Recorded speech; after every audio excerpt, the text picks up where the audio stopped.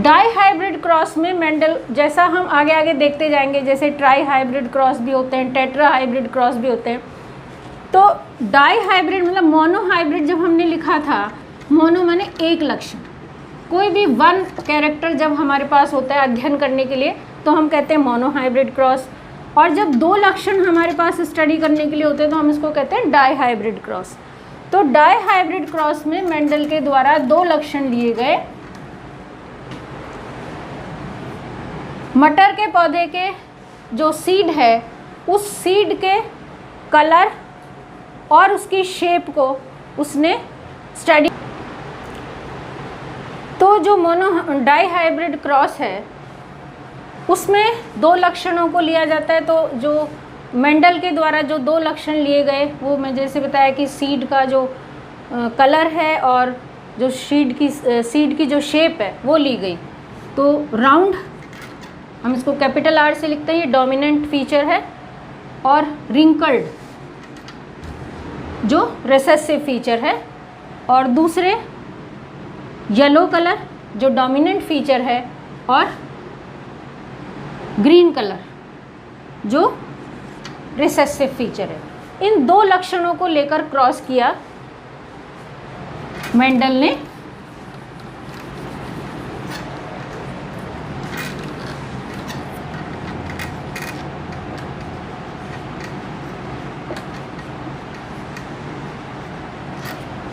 तो जो क्रॉस हम शुरू करते हैं तो हम हमेशा प्योर लेते हैं, तो उसने भी प्योर रेड और प्योर येलो,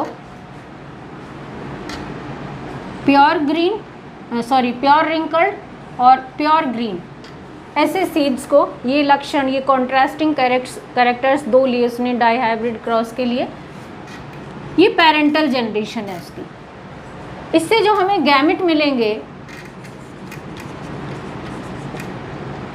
तो इससे जो हमें गैमेट मिलेंगे उसमें कलर के लिए, उसकी शेप के लिए कैपिटल आर होगा राउंड, और कलर के लिए वाई मिलेगा हमें, और दोनों इसी प्रकार के होंगे सेम। हम इनको ऐसे भी लिख सकते हैं, और क्योंकि दोनों सेम है तो हम सिंगल भी लिख सकते हैं। एक ही प्रकार के गैमेट मिलेंगे। यहाँ अगर हम देखेंगे तो हमें रिंकल्ड और ग्रीन ये गैमेट मिलेंगे। इनके बीच में जो क्रॉस कराया जाएगा तो जो F1 जनरेशन हमें मिलेगी वो हमें मिलेगी R, इसकी शेप के लिए राउंड यहाँ से, और दूसरा जो होमोजाइगस क्रोमोसोम वो मिलेगा वो रिंकल्ड फीचर वाला होगा। यहाँ जो कलर है, कलर के लिए जो एक एलील हमें मिलेगा वो इससे मिलेगा, वो येलो कलर का, और दूसरा एलील यहाँ से मिलेगा ग्रीन कलर का, और ये हमारी F1 जनरेशन का जीनोटाइप होगा। और गैमेट जायगोट हमें इस तरह का मिलेगा। यहाँ पर जो लक्षण है, जो फिनोटाइप, जीनोटाइप तो जो जीन के आधार पर हम संरचना देखते हैं, फिनोटाइप जो लक्षण हमें नज़र आता है। तो जो फिनोटाइप यहाँ हमें मिलेगा वो क्या है, राउंड और येलो।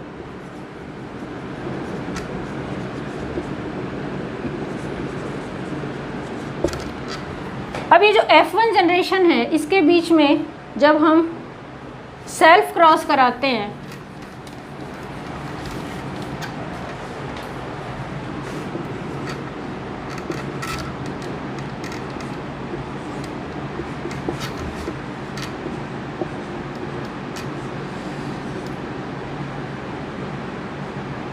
ये सेल्फ क्रॉस F1 जनरेशन के बीच, इसमें F1 जनरेशन में, तो यहाँ हमें जो जायगोट मिलेंगे वो कैसे मिलेंगे, ये जो एक एलील है एक लक्षण के लिए राउंड, इस राउंड के साथ में येलो कलर आ सकता है, ये एक गैमेट बनेगा। इस राउंड के साथ में ग्रीन कलर आ सकता है, ये दूसरा गैमेट बनेगा। फिर इसी तरह से रिंकल्ड के साथ में येलो कलर हो सकता है, ये एक गैमेट बनेगा, और इसके साथ में ये ग्रीन कलर हो सकता है, ये एक गैमेट बनेगा। तो round yellow, round green wrinkled yellow और रिंकल्ड ग्रीन, इस तरह का कॉम्बिनेशन हमें मिल सकता है। अब ये दोनों जीन हैं, ये अलग जीन है, ये अलग जीन के दो रूप हैं। इसी तरह ये अलग जीन है, ये अलग जीन के दो रूप हैं। तो ये जीन का भी एक एलील आना है और ये जीन का भी एक एलील आना है, क्योंकि हम प्योरिटी ऑफ गैमेट्स की बात करते हैं, तो इसलिए ये दोनों तो प्रभावित करने नहीं एक दूसरे को। लेकिन मेंडल ये कहता है कि ये जीन्स जो होते हैं ये भी एक दूसरे को प्रभावित नहीं करते। ये जीन इसको प्रभावित नहीं करता, इसका कोई भी एलील है, और ये जीन इसको प्रभावित नहीं करता। और इसलिए ये जो 4 गैमेट हैं वो फ्रीडम से बनते हैं। कोई भी एलील तो एक दूसरे को प्रभावित करते ही नहीं, जीन भी एक दूसरे को प्रभावित नहीं करते, और हमें 4 गैमेट इससे और इसी तरह 4 गैमेट इससे मिलेंगे।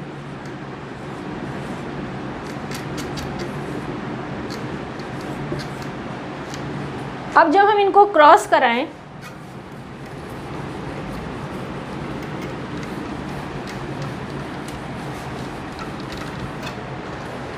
चार गैमेट्स हमें यहाँ मिले हैं।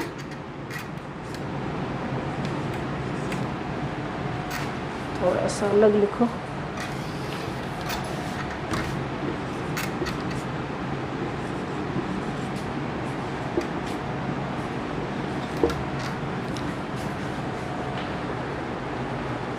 तो क्रॉस जब हम लिखते हैं, एक चीज़ ये भी देखें, हम 2 तरह से क्रॉस करते हैं। एक तो फॉग्ड लाइन होते हैं और दूसरे होते हैं चेकर बोर्ड।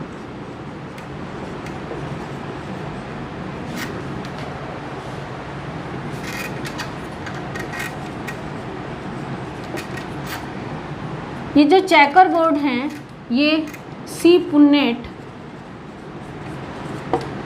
के नाम के आधार पर हम इनको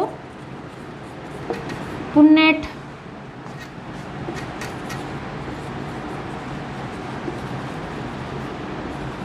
चेकर बोर्ड भी बोलते हैं। ठीक है, तो ये एक चीज़ हो गई। अभी जो हम कर रहे थे इस तरह से टी और इससे हमें टी मिला और इससे हमें टी मिला, एंड देन ये जो था, ये जो इस तरह हम लाइन खींच के कर रहे थे, ये था फॉग्ड लाइन क्रॉस। अभी जो हम करेंगे वो चेकर बोर्ड क्रॉस होगा,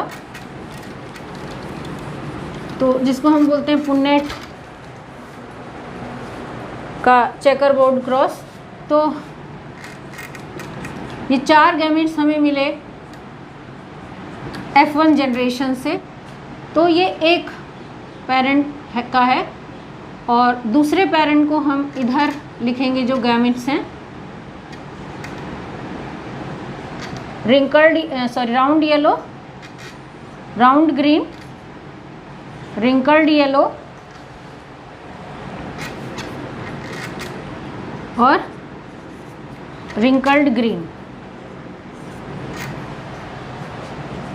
सपोज ये फादर से गैमेट हमें मिल रहे हैं और ये मदर से हमें गैमेट मिल रहे हैं, तो जितने भी गैमेट हमें इसमें 4 तरह के गैमेट्स यहाँ से, 4 तरह के गैमेट्स यहाँ से मिलते हैं, तो क्योंकि गैमेट्स कतई प्योर होते हैं, बिल्कुल फ्री होते हैं, एक दूसरे से किसी तरह से प्रभावित नहीं करते एक दूसरे को, तो हर गैमेट जिसमें 4 हैं, इन चारों में से प्रत्येक ईच गैमेट बिल्कुल फ्री है कि वो इन चारों में से जो दूसरे पेरेंट्स से हमें गैमेट मिल रहे हैं उनमें से किसी के साथ भी कंबाइंड हो सकता है।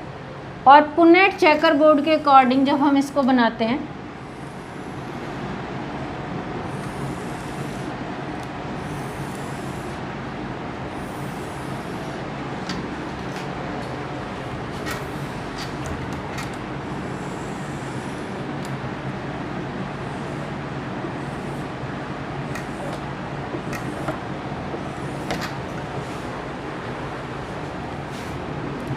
तो ये गैमेट इन चारों के साथ फ्री है कॉम्बिनेशन के लिए, तो हमें मिलेगा R capital R, capital Y, इससे हमें मिलेगा कैपिटल आर, फिर इससे भी कैपिटल आर, फिर capital Y, then capital R, small R, capital Y, capital Y, capital R, small R, capital Y, small Y. फिर इसी तरह ये कॉम्बिनेशन बनेंगे।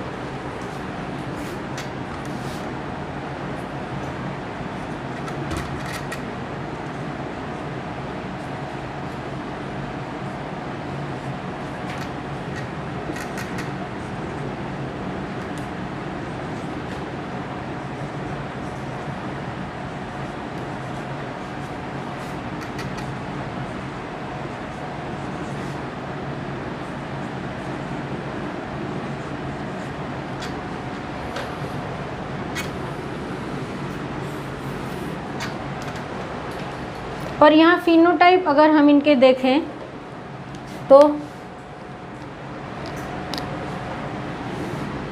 इसको हम लिखेंगे round yellow, round yellow, round yellow,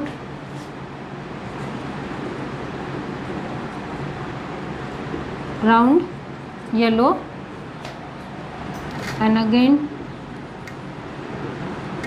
round yellow, round और green, then round और yellow, round एंड ग्रीन, फिर round yellow, round yellow, wrinkled,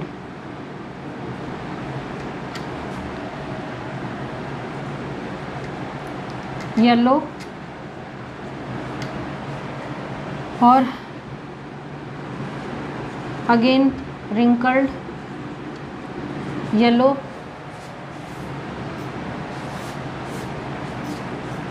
ये राउंड और येलो, देन राउंड और ग्रीन, ये wrinkled और येलो, और ये wrinkled और ग्रीन। तो अगर हम इनका फिनोटाइपिक रेशो देखें यहाँ, तो पहले हम देखें राउंड और येलो कितने, 1,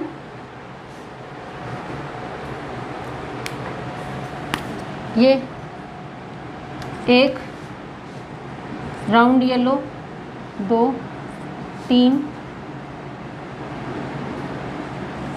4, 5, 6, 7, 8 और एक ये 9। फिर हम देखें राउंड ग्रीन, 1, 2 और 3, और राउंड और wrinkled 1, 2 और 3, और एक ये सिंगल हमें मिलता है जो रिसेसिव है, wrinkle और ग्रीन। तो जो फिनोटाइपिक रेशो हमें मिलता है यहाँ पर, वो मिलता है 9:3:3, अनुपात 1, 9 हमें मिलते हैं डोमिनेंट, और डोमिनेंट फीचर यहाँ पर क्या है, राउंड और येलो, ये क्या मिलते हैं 9। 3 हमें वो मिलते हैं जिनमें एक डोमिनेंट और एक रिसेसिव फीचर होता है, तो 3 हमें मिलेंगे राउंड ग्रीन, जिसमें एक डोमिनेंट फीचर है और एक रिसेसिव फीचर है, और 3 हमें मिलेंगे यहाँ पर रिंकल्ड और येलो। सेम यहाँ भी एक हमें मिलेगा रिसेसिव फीचर और एक हमें मिलेगा डोमिनेंट फीचर। ये एक हमें मिलता है जो हमें मिलता है रिंकल्ड और ग्रीन, ये प्योर रिसेसिव है। तो इस प्रकार का हमें फिनोटाइप रेशो मिलता है, फिनोटिपिक रेशो मिलता है। जीनोटिपिक रेशो की अगर हम ये बात करें थोड़ा सा कॉम्प्लिकेटेड होता है, फिर हमें जीनोटाइप अलग अलग देखना होगा। जैसे हम एक देखेंगे जिसमें दोनों कैपिटल आर हों कैपिटल वाई हों तो वो एक ग्रुप में रखे जाएंगे, जिसमें दोनों कैपिटल आर हों वाई एक डोमिनेंट एक रिसेसिव हो तो वो दूसरे ग्रुप में रखे जाएंगे। फिर जिसमें कैपिटल आर और स्मॉल आर हो वाई दोनों डोमिनेंट हो वो तीसरे ग्रुप में रखे जाएंगे। तो फिर हम जीनोटाइप का यानी दोनों एलील हैं उनका स्वरूप देखेंगे और उसके आधार पर इनका रेशो देखेंगे। ये हुआ डाई हाइब्रिड क्रॉस और उसका रेशो क्या आता है। इसके आधार पर जो मेंडल ने हमें लॉ दिया वो लॉ था law of independent assortment.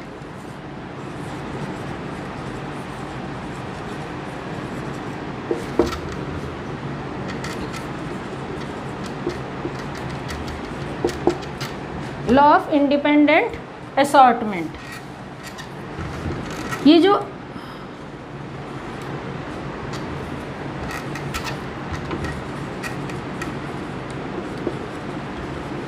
Law of independent assortment या हम जिसको कहते हैं स्वतंत्र अपविभन का नियम, तो लॉ ऑफ इंडिपेंडेंट असॉर्टमेंट के अकॉर्डिंग जो जीन्स हैं वो फ्री हैं एक दूसरे से, वो एक दूसरे को प्रभावित नहीं करते।